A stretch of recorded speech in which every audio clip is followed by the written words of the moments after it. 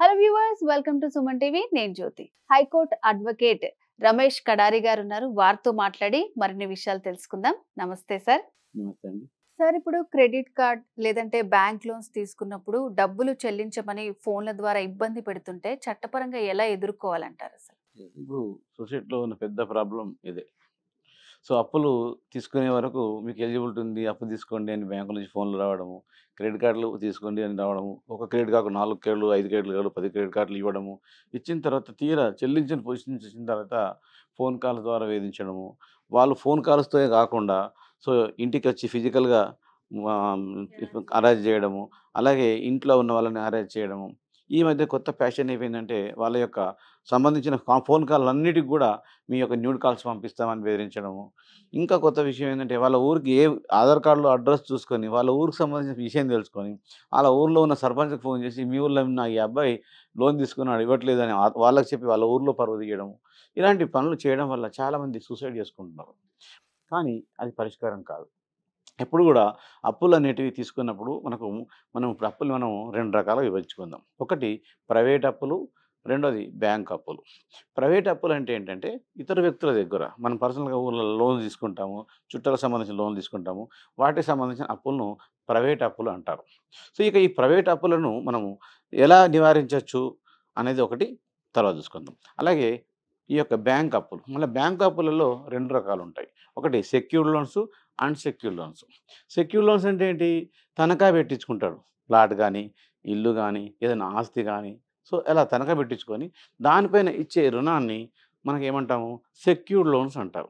So, ఈ యొక్క secured loans కూడా అన్‌సెక్యూర్డ్ లోన్స్ కూడా అన్ని ఆర్‌బీఐ గైడ్‌లైన్స్ ప్రకారంగానే పనిచేస్తాయన్నమాట.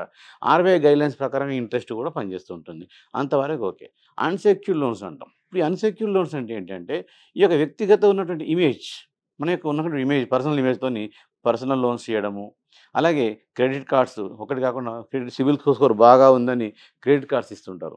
క్రెడిట్ కార్డ్స్ ఒక్కటి కాకుండా అన్ని ఒక ఎస్‌బీఐ ఇచ్చింది అంటే హెచ్‌డీఎఫ్‌సి ఇస్తాయి. హెచ్‌డీఎఫ్‌సి ఇచ్చింది ఏంటి ఐసీఐసీ ఇస్తాయి. ఐసీఐసీ ఇచ్చిందంటే అన్ని బ్యాంకులు ఇస్తాయి. సిటీ బ్యాంక్ ఇస్తాయి. ఇట్లా అన్ని క్రెడిట్ కార్డులు అప్పులుంటాయి. వాటిని అన్‌సెక్యూర్డ్ లోన్స్ అంటాం. అలాగే లోన్ యాపుల ద్వారా తీసుకుంటున్నారు లోన్స్ ఈ మధ్యన. ఫిన్ అని చాలా ఉన్నాయి. మనం అసలు ఆ పేర్లు చూస్తుంటే ఈ మధ్య నేను ఈ stay and debt recovery petitions చాలా చేశాను. అందులో చూస్తే ఇన్ని బ్యాంకులు ఉన్నాయా, లోన్స్ యాప్స్ ఉన్నాయా అని మనకు ఏర్పడుతుందనమాట. ఇట్లా అన్‌సెక్యూర్డ్ లోన్స్ ఇచ్చినప్పుడు ఎక్కువగా వేధించేది అన్‌సెక్యూర్డ్ లోన్స్ వాళ్ళే వేధిస్తారు. సో, మనం ఇప్పుడు ఫస్ట్ విషయానికొస్తే ఈ యొక్క ప్రైవేట్ వ్యక్తుల దగ్గర అప్పులు తీసుకున్నట్లయితే వాళ్ళ నుంచి నివారించడానికి ఒకే మార్గం ఉంది. ఐపీ అంటాం. ఐపీ అంటే ఏంటి? Insolvency petition. ఇన్సాల్వెన్సీ పిటిషన్ అంటే దివాలాదారు అని అంటారు. మన ఊర్లలో ఐపీ పెట్టుకున్నాడు అంటారు. సో, వాళ్ళకు ఐపీ పెట్టుకున్నట్లయితే చాలా నష్టం.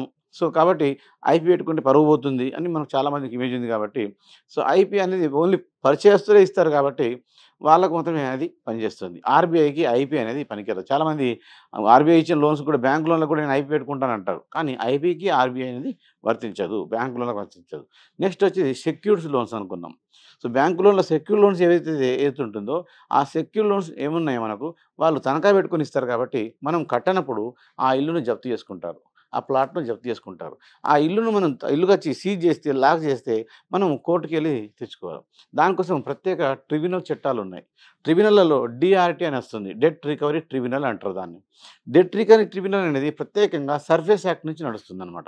ఈ సర్ఫేస్ యాక్ట్ అనేది ఖచ్చితంగా ఈ యొక్క బ్యాంకింగ్ వ్యవస్థ ఎప్పుడైతే కుప్పకూలిపోకుండా ఉండడం కోసము, ఈ యొక్క అప్పులిచ్చే సంస్థలు కుప్పకూలకుండా ఉండడం కోసము, వాళ్ళ యొక్క రక్షణ కోసం ఏర్పడ్డదే ఈ యొక్క డెట్ రికవరీ ట్రిబ్యునల్. సో, కాబట్టి అక్కడ వెళ్తే డెట్ రికవరీ ట్రిబ్యునల్‌లో మోస్ట్‌లీ మనకు అంటే ఎక్కువ వాళ్ళకే న్యాయం జరుగుతుంది. ఎవరికి? అప్పు ఇచ్చిన వాళ్ళకి. కాకపోతే మనకి అక్కడ కొంచెం రిలీఫ్ దొరుకుతది. మనం ఇప్పుడు ఈ మెత్తలే కట్టండి లేకుంటే ఇల్లు సీజ్ చేస్తాం అన్నప్పుడు మనం అక్కడికి వెళ్ళిన తర్వాత ఒక నెల కట్టేసి ఇంకా మళ్ళీ ఎక్స్‌టెన్షన్ వాయిదాలు తీసుకోవచ్చు, టైం తీసుకోవచ్చు. అలాంటి ఫెసిలిటీస్ ఉంటాయి కానీ అప్పు ఎగ్గొట్టడానికి అవకాశం లేదు. కానీ అన్‌సెక్యూర్డ్ లోన్స్ ఇది మనం ప్రత్యేకంగా చెప్పుకోవాలి. అన్‌సెక్యూర్డ్ లోన్స్ అంటే ఏంటి? వీటిని stay and debt recovery petition లేదా డైనమిక్ పిటిషన్ అంటామనమాట. ఈ పిటిషన్ ద్వారా ఈ యొక్క అన్‌సెక్యూర్డ్ లోన్స్‌కు మనము నిరోధించొచ్చు. అంటే మనం అప్పు కట్టలేని పొజిషన్‌లో ఉన్నాము. ఇంతకుముందు కట్టాము, బాగానే కట్టాము. కాబట్టి మనకు సిబిల్ స్కోర్ ఉంది. సిబిల్ స్కోర్ ఉన్నప్పుడు సో, 1,00,000 ఉన్నదాన్ని మనం 10,00,000 చేశారు. ఇంకొక కార్డ్ తీసుకున్నాము. 5,00,000, ఇంకో 10,00,000, ఇంకో 10,00,000 ఇట్లా కొన్ని కోట్ల రూపాయల వరకు కూడా తీసుకున్న వాళ్ళు. మొన్న ఒకటి 1,86,00,000ది నేను డైనమిక్ పిటిషన్ వేశాను. అంటే వాళ్ళకు ఉన్నటువంటి ఆర్థిక ఉన్నటువంటి దాన్ని బట్టి వీళ్ళు అప్పులు ఇవ్వడం జరుగుతుంది. సో అట్లాంటప్పుడు వాళ్ళు వేధిస్తారు. ఫోన్ కాల్ చేసి మీరు ఫోన్ కట్టండి, రేపటి కట్టండి, కట్టకపోతే మీ ఇంటికి వస్తున్నారు. మీ ఇంటికి వచ్చిన తర్వాత కొన్ని నిందిస్తుంటారు. ఇంట్లో ఫ్యామిలీ లేడీస్‌కు నిందిస్తుంటారు. అలాగే కాకుండా మీ ఊరికి ఫోన్ కాల్స్ చేస్తారు. మీ ఊర్లో సర్పంచ్‌కి కాల్ చేస్తారు. లేదా మీ యొక్క మీ మొబైల్ నంబర్‌లో ఉన్నటువంటి కాంటాక్ట్ లిస్ట్ అంతా మా దగ్గరుంది. మీకు అందరికి మేము న్యూడ్ కాల్స్ పెట్టిస్తాం మీ యొక్క పెట్టి అని ఇట్లా బెదిరించినప్పుడు మానసికంగా చాలా క్షోభపడతాడు. అతనికి ఇంకా ఆప్షన్ లేదు. ఎంతవరకు అప్పు తీసుకోవాలో తీసుకున్నాడు. ఏ ఆలోచన లేదు. ఒక ఆత్మహత్య శరణం అనుకుంటాడు. అలాంటి వ్యక్తులకు పర్సనల్ లోన్స్ ఉంటాయి. అవి కూడా కట్టే పొజిషన్ లేదు. అప్పుడు అన్నీ ఏం లేవు. అలాంటప్పుడు ఇంట్లో తెలిస్తే భయం అని ఆత్మహత్య శరణం అనుకుంటాడు. ఈ ఆత్మహత్య శరణం అనుకోకండి. చాలా మటుకు నేను ఒక ఈ మధ్యన నిజామాబాద్‌లో ఒక ఆత్మహత్య జరిగింది. మీకు తెలిసుంటది. భర్త, భార్య, ఇద్దరు పిల్లలు. అంటే ఇద్దరు పిల్లల్ని చంపేసి ఫాదరు, మదర్ అంటే వాళ్ళిద్దరు కూడా సూసైడ్ చేసుకున్నారు. ఇది అప్పుల బాధ భరించలేక, అతనికి రియల్ ఎస్టేట్‌లో వచ్చినటువంటి అప్పుల బాధలు భరించలేక అతను సూసైడ్ చేసుకున్నాడు. ఎప్పుడైనా గానీ మీరు బ్యాంకులకు, క్రెడిట్ కార్డ్స్‌కు అప్పులు పడ్డప్పుడు ఎలాంటి చింతించాల్సిన అవసరం లేదు. మీరు అప్పుల్ని ముంచేసే అవకాశం లేదు కానీ, మీరు stay and debt recovery petition ద్వారా టైం తీసుకునే అవకాశం ఉంది. నేను ఇప్పుడు ప్రస్తుతానికి కట్టలేను. నాకు జాబ్ లేదు. నాకు ఇంకో జాబ్ వస్తే ఒక 6 నెలలనో, 1 ఇయర్‌లోనో, 2 సంవత్సరాల్లో నేను కడతాను అని మీరు ఆ యొక్క పిటిషన్ ఏసుకోవాలి. దాన్నే డైనమిక్ పిటిషన్ అంటాము, ఇంజెక్షన్ సూట్ అంటాము, లేదా stay and debt recovery petition అంటాం. అప్పుడు కోర్టు మన పరిస్థితిని చూసి ఇతనికి వేరే మార్గం లేదు అని కోర్టు భావించినప్పుడు వాళ్ళందరికీ స్టే ఇస్తది. స్టే ఇచ్చినప్పుడు వాళ్ళెవ్వరు కూడా మీ ఇంటికొచ్చి ఫోన్స్ కాల్ చేయడము, మిమ్మల్ని హరాస్ చేయడము, మిమ్మల్ని నిందించడము, లేదా ఫిజికల్‌గా అబ్యూజ్ చేయడం అలాంటివన్నిటిని నిరోధించి కోర్టు మిమ్మల్ని ప్రొటెక్ట్ చేస్తది. అంటే చట్టపరంగా మీకున్న అవకాశం మీరు వాడుకోవాలి. ఇలాంటి అప్పులు ఉన్నది అని చెప్పేసి భయపడి నేనెవరికి చెప్పుకోవాలని కాకుండా ఒక మంచి న్యాయవాదిని చూసుకొని ఈ యొక్క stay and debt recovery petition చేసుకున్నట్లయితే ఖచ్చితంగా మీకు ఆ కోర్టు స్టే ఇప్పిస్తది. సో మీరు స్టే ఇచ్చినప్పుడు కోర్టు ద్వారా మనం ఉన్నప్పుడు మనకు మధ్యలో కోర్టు మీ మధ్యన అప్పిచ్చిన వ్యక్తి మధ్యన కోర్టు ఉంది కాబట్టి వాళ్ళు ప్రత్యేకంగా పర్సనల్‌గా మనల్ని వేధించే అవకాశం లేదు. మీరు ఒక 1 ఇయర్ టైం ఇప్పుడు బిజినెస్ బాగాలేదు. బిజినెస్ బాగా అయిన తర్వాత కడతాను. లేదా నాకు జాబ్ లేదు. జాబ్ వచ్చిన తర్వాత కడతాను అన్నప్పుడు మనం తీసుకున్నప్పుడు ఒక 6 మంత్సో, 1 ఇయరో టైం పెట్టుకున్నాము. అప్పటికి కూడా కాలేదు. మళ్ళీ ఎక్స్‌టెన్షన్ పిటిషన్ ఏసుకోండి.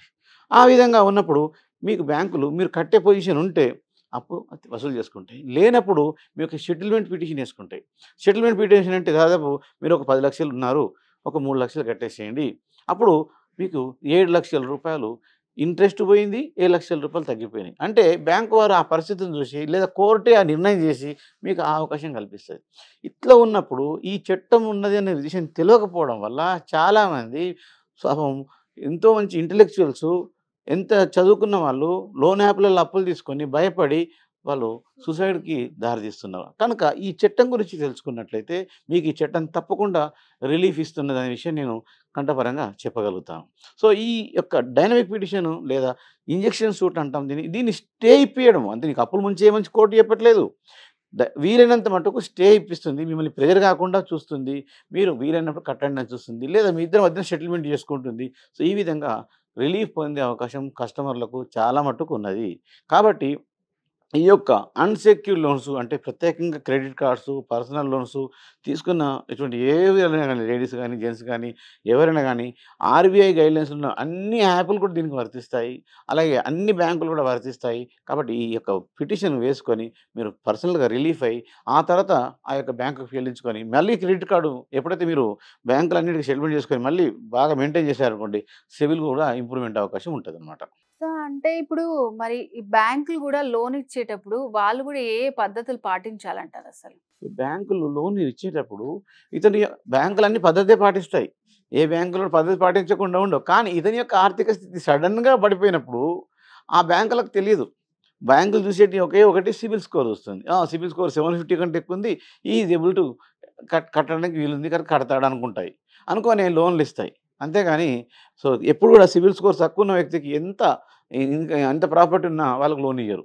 అంటే వాళ్ళు చూసే విధానం కరెక్టే ఉంటది. కానీ వీళ్ళకి సడెన్‌గా వచ్చిన మార్పుల వల్ల ఇలాంటివి ఏర్పడతాయన్నమాట. సో, మీరు కూడా ఇలాంటి సమస్యలతో ఇబ్బంది పడుతుంటే, సో, మీరు కూడా దయచేసి ఎటువంటి తప్పుడు నిర్ణయాలు తీసుకోవద్దు. హైకోర్టు అడ్వకేట్ రమేష్ కడారి గారిని మీరు సంప్రదించాలి అనుకుంటే మాత్రం స్క్రీన్ మీద కనిపిస్తున్న నంబర్‌కి కాల్ చేసి పూర్తి వివరాలు తెలుసుకోవచ్చు.